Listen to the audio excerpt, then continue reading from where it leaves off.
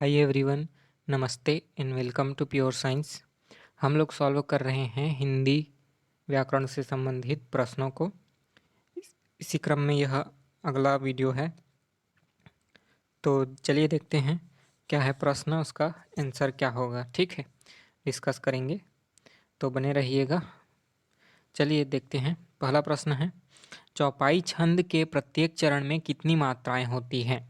चौपाई छंद के प्रत्येक चरण में कितनी मात्राएं होती हैं? ऑप्शन दिए हुए हैं 4, 8, 12, 16। ठीक है, तो इसका सही उत्तर है 16। ठीक है, यह एक सममात्रिक छंद है। चौपाई छंद जो है सममात्रिक छंद है, जिसमें प्रत्येक चरण में मात्राओं की संख्या समान होती है, जो कि 16-16 होती है। 16-16 की मात्राएं होती हैं। ठीक है, पहले, चौथे, दूसरे, तीसरे सब में है ना 16-16 मात्राएं होती हैं। ठीक है, प्रत्येक चरण में। तो अगला प्रश्न देखते हैं। अगला प्रश्न है, निम्नलिखित में से तत्सम शब्द है। निम्नलिखित में से तत्सम शब्द कौन सा है? सत्तू, हल्दी, उबटन या हरिद्रा। ठीक है, तो इसका सही उत्तर है हरिद्रा।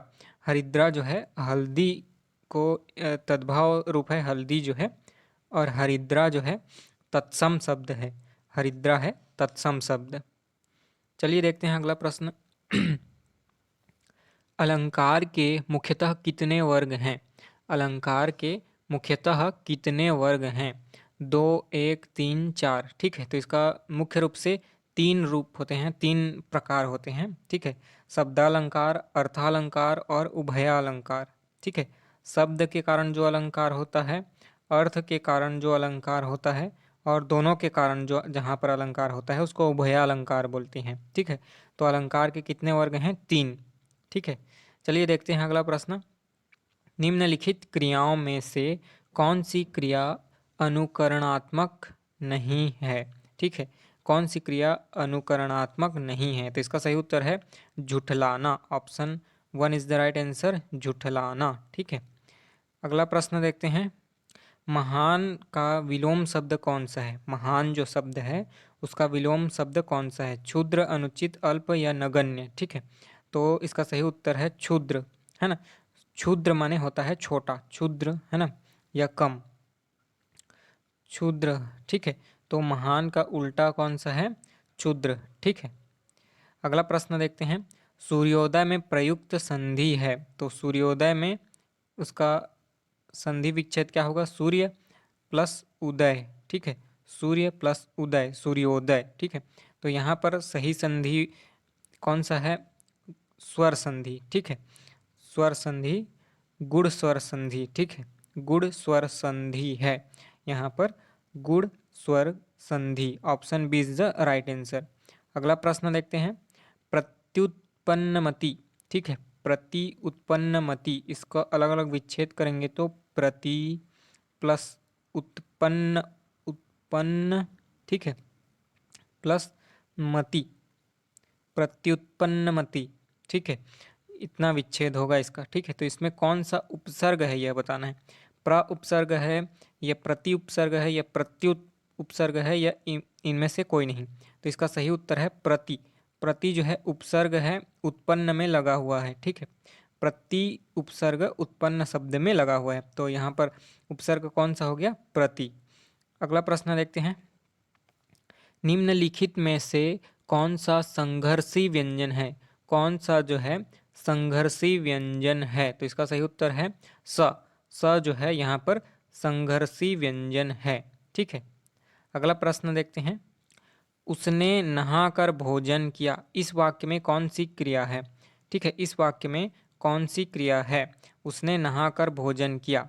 अभ्यास बोधक, नाम बोधक, पूर्वकालिक या प्रेरणार्थक? ठीक है, तो इसका सही उत्तर है पूर्वकालिक क्रिया है। यहाँ पर कौन सी क्रिया है? पूर्वकालिक क्रिया है। ठीक है, उसने नहाकर भोजन किया। देखते हैं अगला प्रश्न। काम का नाम बताने वाले शब्द को क्या कहते हैं? काम, जो भी कोई काम करते हैं हम, है ना, खाना पीना, नहाना, सोना, ठीक है, लिखना पढ़ना, जो भी है, जो काम करते हैं, उस शब्द को मतलब उसके नाम को बताने वाले शब्द को क्या बोलते हैं? ठीक है, संज्ञा या क्रिया विशेषण या सर्वनाम या क्रिया? ठीक है, तो इसका सही उत्तर है क्रिया बोलते हैं। किसी भी काम को करने से संबंधित जो सूचना देता है उस शब्द को क्या बोलते हैं? क्रिया। क्रिया जो है सूचित करता है किसी काम को। ठीक है, अगला है, निम्नलिखित में से तद्भव शब्द कौन सा है? तद्भव शब्द कौन सा है? अग्नि, ठीक, ये नहीं है। वत्स, यह तो तत्सम है ना। पिया, पिया जो है तद्भव शब्द है, ये पिया जो है तद्भव शब्द है। ठीक है, पिया कौन सा शब्द है? तद्भव। किससे बना? तत्सम इसका कौन सा है? प्रिया। प्रिया से बना हुआ है प्रिया, है ना, या प्रिय से बना हुआ है पिया। ठीक है, तो इसका तत्सम तद्भव शब्द है, इनमें से कौन सा तत्सम शब्द है? तो पिया जो है तद्भव शब्द है।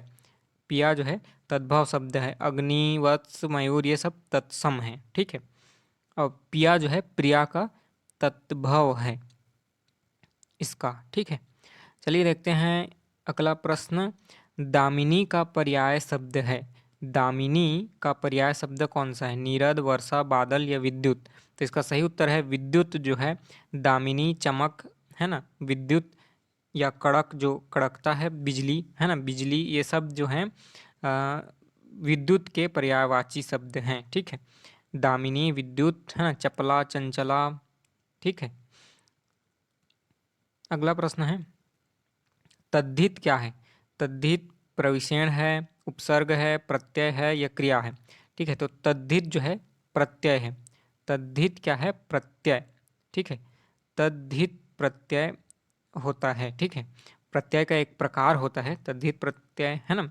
प्रत्यय प्रत्यय के जो दो प्रकार होते हैं उसमें से एक है तद्धित प्रत्यय। ठीक है, अगला प्रश्न, 99 का फेर मुहावरे का सटीक अर्थ क्या है? 99 के फेर में पड़ना, ऐसा बोलते हैं।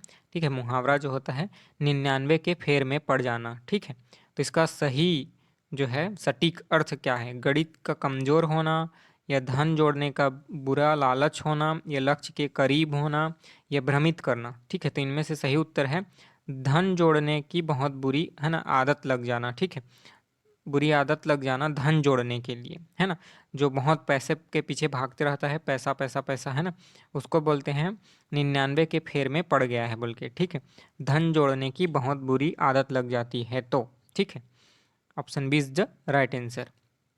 नेक्स्ट क्वेश्चन, अगला प्रश्न है, अक्ल का दुश्मन मुहावरे का अर्थ क्या है? अक्ल का दुश्मन मुहावरे का सही अर्थ क्या है? महामूर्ख, या पंडित, या मित्र, या शत्रु? है ना, तो इसका सही उत्तर होगा महामूर्ख। महामूर्ख जो होगा उसको बोलते हैं अक्ल का दुश्मन, है ना। अक्ल का दुश्मन है या अकल का दुश्मन है जो बोलते हैं जो मूर्ख रहता है उस व्यक्ति के लिए प्रयुक्त होता है। ठीक है, तो ऑप्शन ए यानी पहला जो है सही उत्तर है। अगला प्रश्न देखते हैं, निम्नलिखित में से देशज शब्द कौन सा है? निम्नलिखित में से देशज शब्द कौन सा है? खुराक, ये तो विदेशी है। ठीक है, अफसोस भी विदेशी है। ठीक है, मलाई जो है देशज शब्द है। मलाई जो है देशज शब्द है। सही उत्तर है इसका मलाई। मलाई जो है देशज शब्द है। और अल्लाह यह भी विदेशी शब्द है। ठीक है, उर्दू फारसी, अरबी जो शब्द होते हैं उनको विदेशी बोला गया है। और हिंदी या संस्कृत से जो बने हुए हैं शब्द, है ना, हिंदी से मुख्यतः तद्भव रूप उसको बोला जाता है देशज शब्द। ठीक है, या जो लोकल एरिया में, है ना, जो प्रयुक्त होता है उसको बोला जाता है देशज शब्द, है ना। अगला प्रश्न है, समास का शाब्दिक अर्थ क्या होता है? विग्रह, विस्तार, संक्षेप या विच्छेद? ठीक है, तो विग्रह, विच्छेद, ये सब, विस्तार जो है ये सब तोड़ने या मतलब उसको, उसके अर्थ को और बढ़ाने के सब अर्थ में प्रयुक्त हो रहे हैं। जबकि समास जो होता है उसको छोटे करने के लिए प्रयुक्त होता है। शब्द के अर्थ को, है ना, या बहुत सारे लंबे शब्द को छोटे शब्द में, है ना, समायोजित करना जो होता है वह समास कहलाता है।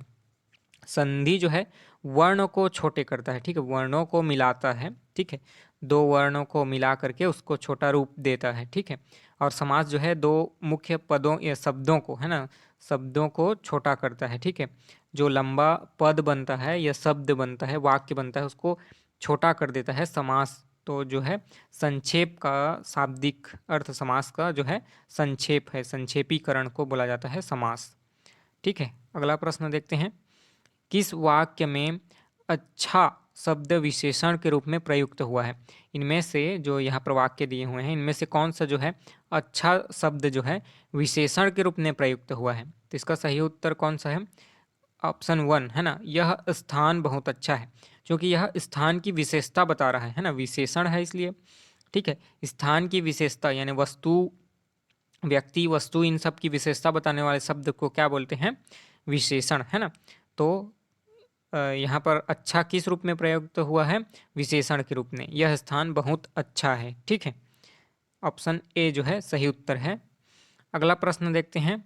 व्याकरण की दृष्टि से शुद्ध शब्द छांटिए। यहाँ पर दिए हुए हैं शब्द, इनमें से कौन सा जो है व्याकरण की दृष्टि से, वर्तनी की दृष्टि से शुद्ध शब्द है? ठीक है, ऐतिहासिक या ऐतिहासिक या ऐतिहासिक या ऐतिहासिक या ऐतिहासिक। ठीक है, इनमें से कौन सा शब्द सही शब्द है? तो ऐतिहासिक, है ना, ऐतिहासिक होता है। इतिहास से संबंधित जो भी शब्द बनता है उससे, है ना, ऐतिहासिक, ऐतिहासिक शब्द बना है, तो ये होता है ना, बड़े मतलब ऐ की मात्रा होता है, ऐनक वाला, है ना। ठीक है, ऐ की मात्रा, तो ऐतिहासिक होता है। ठीक है, अगला प्रश्न है। वह मानसिक स्थिति जब किसी अमंगल की घटना होने की बात मन में हो। ठीक है, वह मानसिक स्थिति जब आपका मन जो है बोल रहा हो कि कुछ गलत होने वाला है, कोई अमंगल घटना घटने वाली है ना, तो उस स्थिति को क्या बोला जाता है? उस मानसिक स्थिति को क्या बोला जाता है? ठीक है, कि कोई बुरी घटना या समाचार सुनने को मिल सकता है, अमंगल हो सकता है, इस प्रकार का लगता है, उसको क्या बोला जाता है? अपेक्षा या आशंका या शंका या संभावना। ठीक है, तो इसका सही उत्तर है आशंका, है ना। आशंका होता है, अमंगल होने की आशंका है, यस। ठीक है, आशंका है किसी घटना के घटने की, तो ये ठीक है, ऑप्शन बी जो है सही उत्तर है, आशंका। ठीक है, तो इस वीडियो में इतना ही रखते हैं। अगले वीडियो में हम फिर चर्चा करेंगे आगे के प्रश्नों को, तो बने रहिएगा हमारे साथ। कोई भी आपको डाउट हो तो आप कमेंट करके कमेंट बॉक्स में पूछ सकते हैं, कोई सजेशन देना चाहें तो बता सकते हैं। ठीक है, मिलते हैं अगले वीडियो में, तब तक के लिए नमस्ते, धन्यवाद, थैंक यू।